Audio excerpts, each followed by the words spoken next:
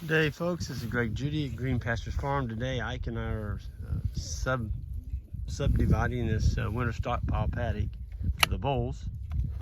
And Ike just put the corner in there, and now he's going to energize it.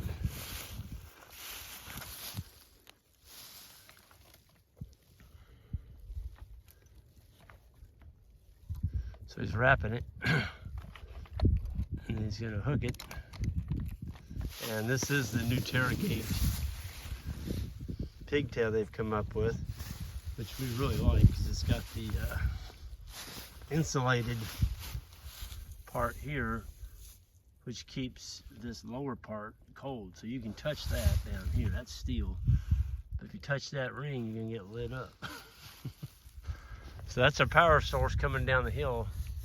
We hooked on and made it hot up there, and this is just a subdivision going down to the perimeter fence. So this farm was already split up into, like, this particular paddock I think is 5 acres, but we're gonna get 1, 2, 3, 4, 5, 6, 7, 8. So we're gonna get 8 paddocks out of 5 acres, and then we're not taking it all though. We're gonna have, I want to make sure when we take the bulls out, there's 41 bulls in here that'll weigh from, all the biggest ones probably 1,200 pounds, all the way down to, there's some bulls in there probably go 650. But we're letting them take about half of it.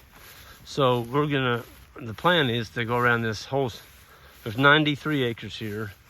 Some of it's timber. I think there's 66 acres of grass. And so we're gonna fence them out of the timber. There's no need of them going in the trees. But as we move through this farm, we're gonna let the bulls do the work of grading some of this off, and then make it easier for us to come in behind them.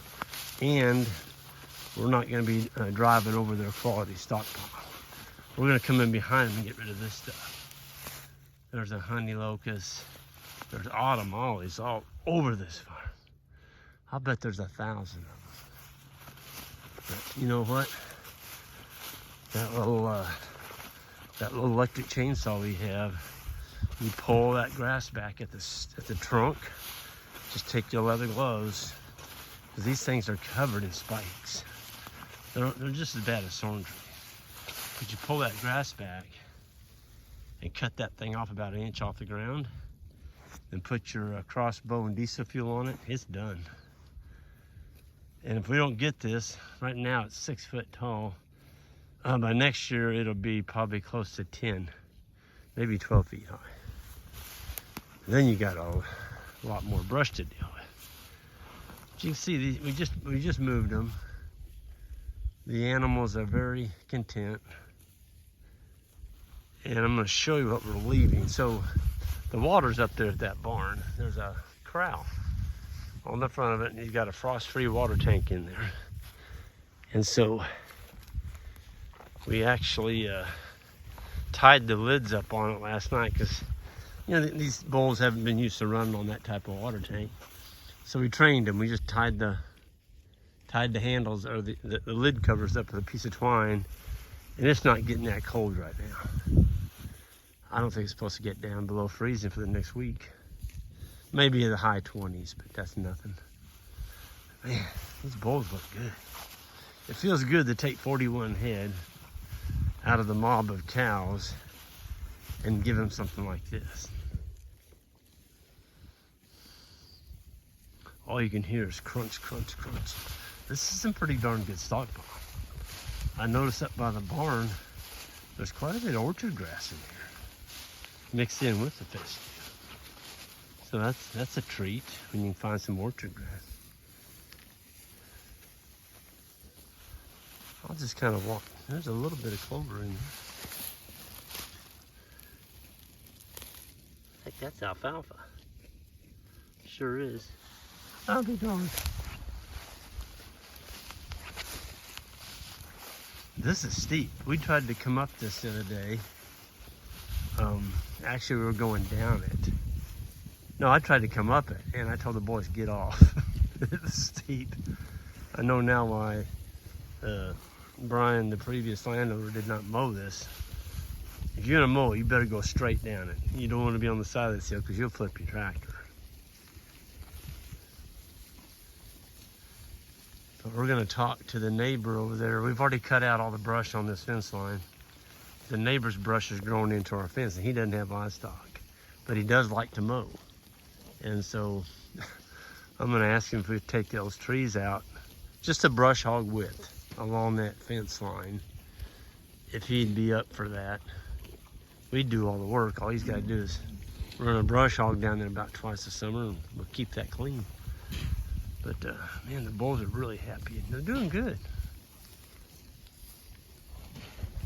They all got good hair coats. They're all fat.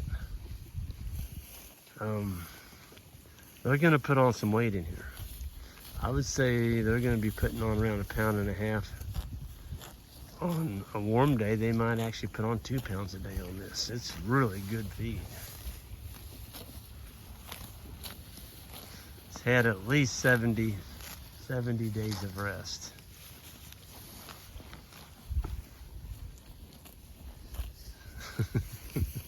They are getting spoiled to this good grass. This is Doug and Joanna's farm. There are a couple that bought this that came up for sale, and they were able to purchase it.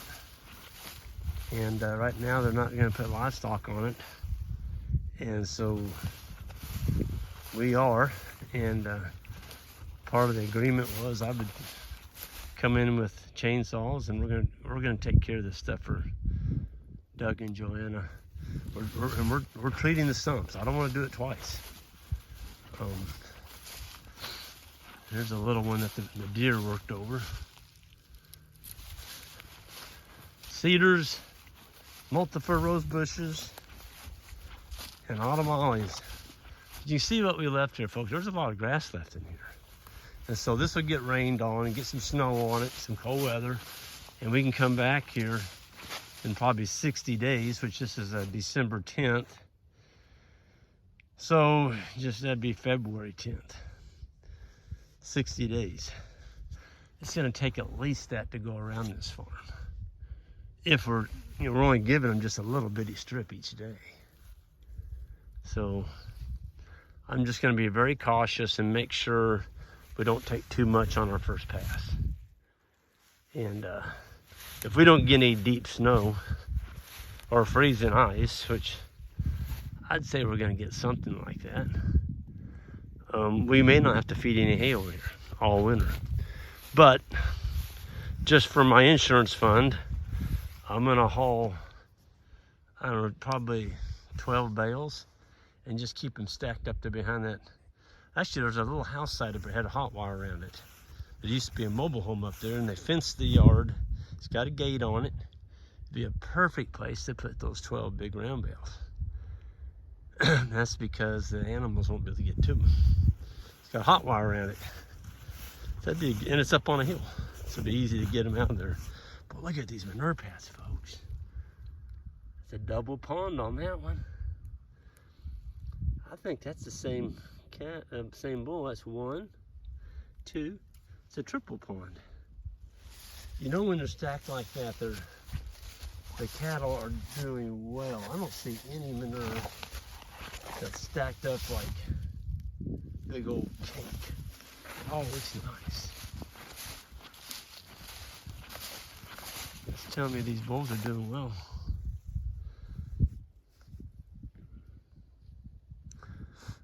Isaac had the morning off. He went, it's doe season right now. He went deer hunting this morning. And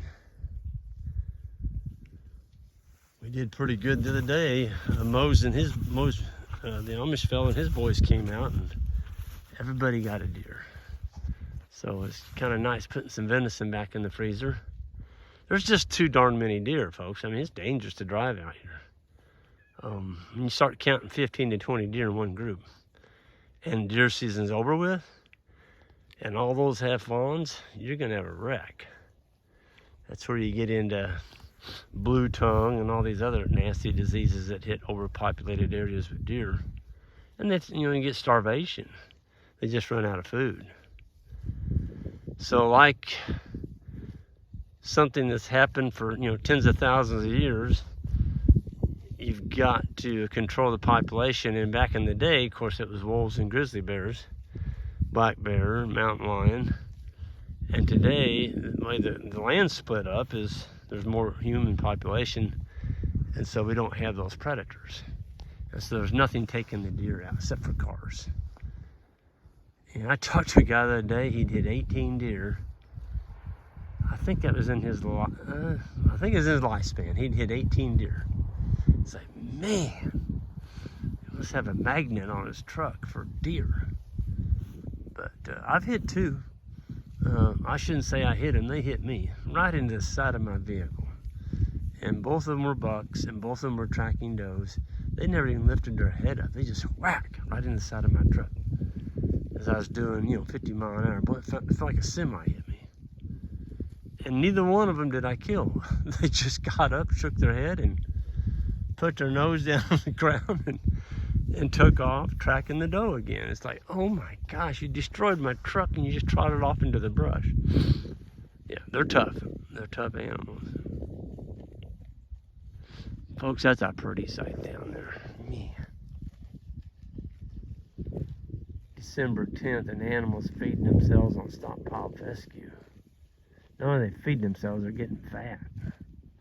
Folks, this is better than any hay you can unroll. And that's because it's got green.